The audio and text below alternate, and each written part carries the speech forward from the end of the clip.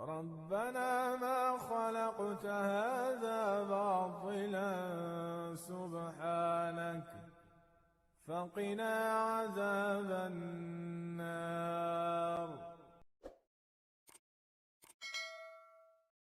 Timun ya. Timun ini kalau Anda potong, teman-teman, Anda potong timun ini ditaruh di atas langit-langit, lumayan bisa mengurangi bau mulut. Keren kan timun? Atau Anda mau bikin lauk pakai, saya suka timun, tapi timun yang saya buat biasanya saya buat jadi ada semacam lauknya saya. Lauk saya di kampung, tapi insya Allah sehat. Timunnya dipotong, belah tengahnya, curut gitu kan, lalu dikerok, krok gitu. Lalu nanti kerokan timun tadi Anda campurkan sama cabai rawit. Kasih garam, ya, kasih terasi yang sehat sedikit. Lalu nanti timun tadi dimakan sebagai dimakan sebagai temannya ikan. Ikannya ikan gabus. Ikan gabus itu salah satu ikan yang paling baik untuk kulitnya dan sisiknya itu bisa digunakan di blender. Nanti saya ajarin caranya. Resep pakai ikan gabus untuk tulang, terutama tulang-tulang yang sudah uzur, udah tua, yang kerotok-kerotok gitu. Kenapa banyak orang zaman sekarang banyak osteoporosis? Karena tubuhnya asam.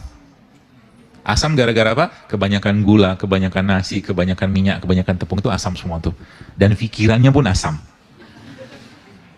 Orang yang pikiran asam tuh seperti apa? Mukanya nggak nyenengin, nggak ada senyum-senyumnya, asam banget gitu lihat mukanya itu.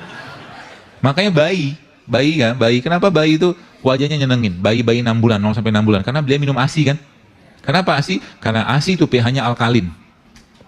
Kalau ASI itu dicek pakai pH, maka pH 8, mirip sama air zam-zam. Maka kalau Anda mau sehat, maka minum. Bukan minum ASI. Minumlah seperti ASI gitu loh. Ya kan gitu, pH-nya alkali, air alkali. Atau kalau nggak dapat air alkali, maka Anda makan beliau-beliau ini. Ini kan semua alkali semua nih sebagian besar. Timun, wortel, sayuran itu sebagian besar alkali. Ya. Buah-buahan sebagian besar alkali, kecuali durian. Durian itu kan asam. Cenderung asam. Boleh nggak makan durian? Bagus, durian itu bagus. Baik. Ya, apalagi Anda makan sama bijinya. Bukan ditelan. Karena biji durian itu juga bermanfaat untuk menguatkan tulang. Jadi makan hawa-hawa aja dari tadi. Ya.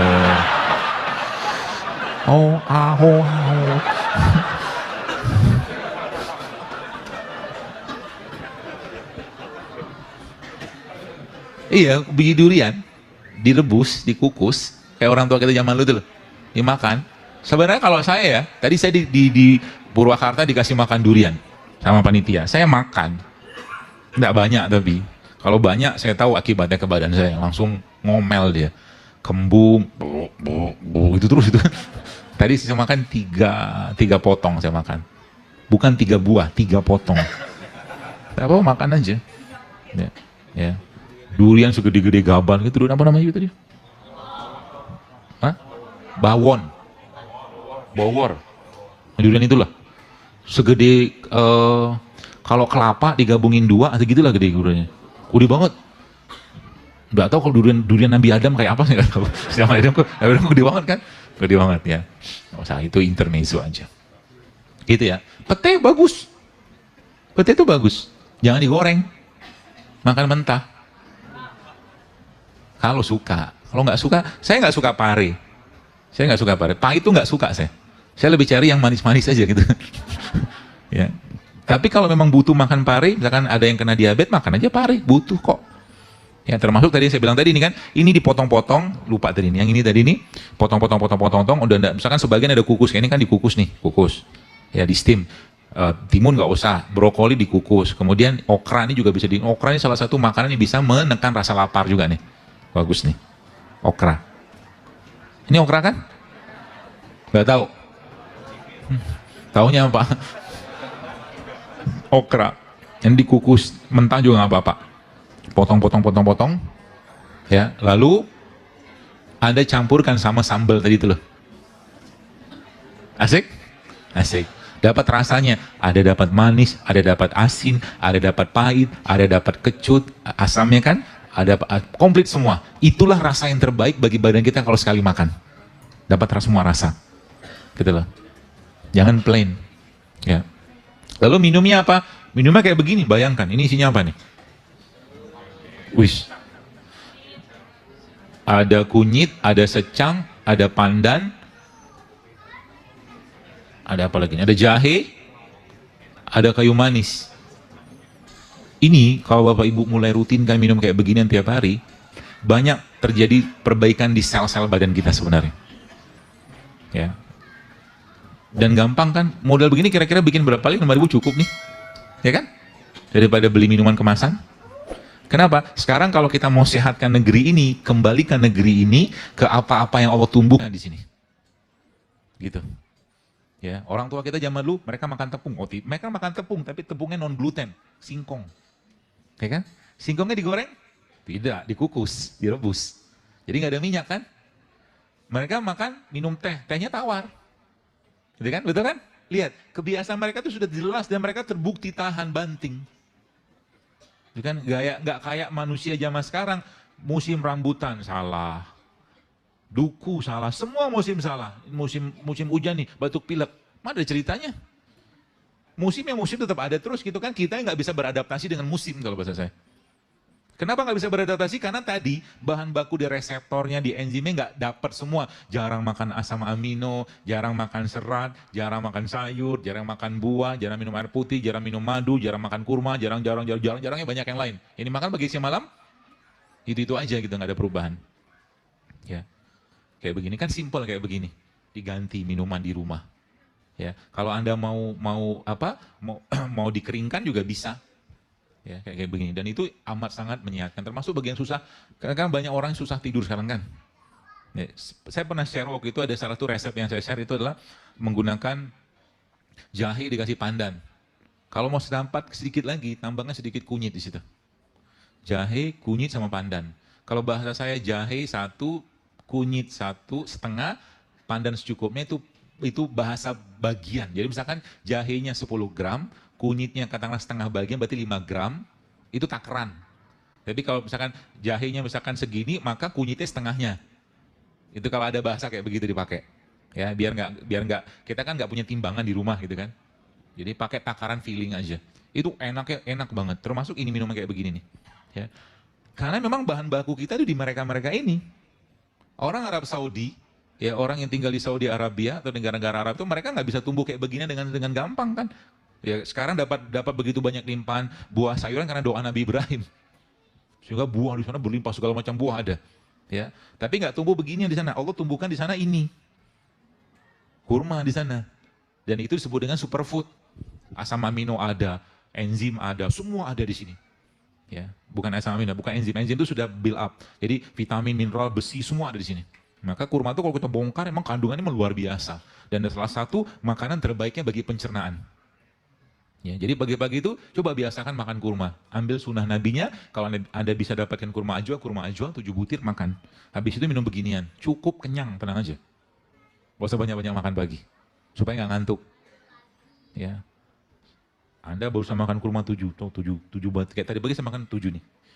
7 butir kurma ini, lalu minum air putih atau air kayak beginian, siap bekerja. Tiba-tiba bunyi teng teng teng teng teng teng teng teng gitu. Abang bubur lewat, langganan. Nggak apa-apa, kalau mau beli, mau makan aja kan, nggak ada hubungan kita kan. Maksudnya kalau Anda pengen tetap pengen makan ya makan aja, kan nggak ada yang larang juga. Ya jangan gara-gara saya gitu saya disalahkan. Nanti nasib para penjual gorengan gimana, bubur ayam gimana, tenang. Kalau Anda sudah, jadi kalau masyarakat umat Islam ini katakanlah secara khusus ya, sudah mulai kembali kayak beginian, mereka akan jualan beginian loh. Betul? Kenapa mereka jualan begituan? Karena ada yang minta, ya kan? Ada pasarnya, ada marketnya. Jadi jangan khawatir. Saya kadang-kadang cerita ke teman-teman dokter gitu kan, wah nanti kalau semua sehat gimana, dokter kandungan, dokter jantung, dokter penyakit dalam nggak laku. Wah, ini masalahnya di akidah kalau ini saya bilang. Kata Allah, kata Rasulullah apa? Tidak akan dicabut nyawa seorang anak Adam atau anak hamba Allah gitu kan, sampai Allah cukupkan rezekinya. Sebagaimana maut itu mengejar dia, maka rezeki itu akan mengejar dia sampai dia mati, dicukupkan. Jangan khawatir rezeki. Jangan mengambil peran malaikat pemberi rezeki atau mengatur rezeki dari Allah, nggak usah. Dan jangan juga mengambil peran malaikat rakib atid, sibuk ngurusin orang, ya nggak ada gunanya. Baik, itu ya. Dan terakhir janji saya tadi untuk apa tuh namanya resep untuk menguatkan sendi, tulang dan otot. Mau? Jadi nanti Anda teman-teman bisa ambil satu ekor ikan ya, bukan ekornya ya, ikan. Ikan yang ukuran sedang, ikan apa? Kalau ada toman. Toman apa? Ikan toman apa? Browsing.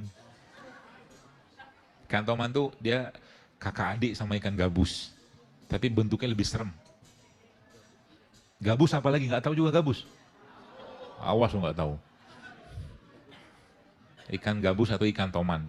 Toman memang agak jarang, tapi dia salah satu sumber protein atau albumin yang paling baik itu daripada ikan toman. Ya, kalau nggak ada gabus juga nggak apa-apa. Lalu sisik ikan sama kulitnya dikupas. Oke, dipisahkan lalu direbus sampai mendidih. Oke, lalu ditambahkan garam boleh, sudah nggak mendidih lagi ya, supaya garamnya nggak terlalu rusak dengan pemanasan tadi. Tambahkan bawang merah sama bawang putih di situ. Daging ikannya diolah jadi masakan seperti pindang, kukus, pepes atau pokoknya kukus pepes. Jangan digoreng. Ya, jangan dibakar. Air rebusan tadi 500 cc-nya ya, itu hanya bersama kulit ikan dan semua sisik-sisiknya tadi dimasak di blender bersama pepaya mengkel. Pepayanya ukuran kurang lebih tebal 2 cm, panjang 10 cm, kira-kira aja lah. Ya. Semuanya dimakan, jangan disaring. Fungsinya apa? Buat menguatkan, pokoknya dia baik sekali untuk tulang, otot, dan sendi. Ya. Itu, jadi ikannya jangan lupa dimakan. Ikan dimakan juga, dagingnya tadi kan, yang tadi kulit segala itu, apakah ini ada penelitiannya? Ada penelitiannya. Ya termasuk tadi yang hasil blenderannya tadi itu bisa teman-teman taruh, atau dagingnya tadi juga bisa ditaruh di luka-luka. Ya, kayak luka diabetes gitu bisa ditaruh ikan, karena dia albumin. Dia bisa meregenerasi sel, insya Allah. Itu. Dah? Alhamdulillah. Jadi itu nanti kalau dia ada luka-luka tertentu, insya Allah bisa terbantu banget untuk mengering lukanya dengan makan itu nanti. Termasuk juga untuk tulang dan sendi, otot gitulah. Insya Allah membantu. Baik, saya kira mungkin cukup. Mudah-mudahan bermanfaat dan semoga kajian seperti ini bisa diterapkan apa-apa yang teman-teman dapatkan supaya lebih sehat. Jadi kalau sudah tahu ilmunya, mungkin berbagilah ilmu tersebut supaya kita bisa sehatkan minimal keluarga kita dulu lah. Anak-anak di rumah, suami, istri, atau orang tua, atau saudara gitu kan, dengan cara seperti itu, maka insya Allah minimal kita dengan skala kecil bisa membantu beban negara ini yang begitu banyak sekarang penyakit-penyakit yang mungkin kalau boleh saya katakan ya pabrik-pabrik makanan, minuman yang mereka bikin makanan minuman dengan pengawet, itu kan kita nggak bisa cegah itu. Ya, tapi kita bisa mengatur apa yang masuk ke dalam mulut kita. ربنا ما خلقت هذا باطلا سبحانك فقنا عذاب النار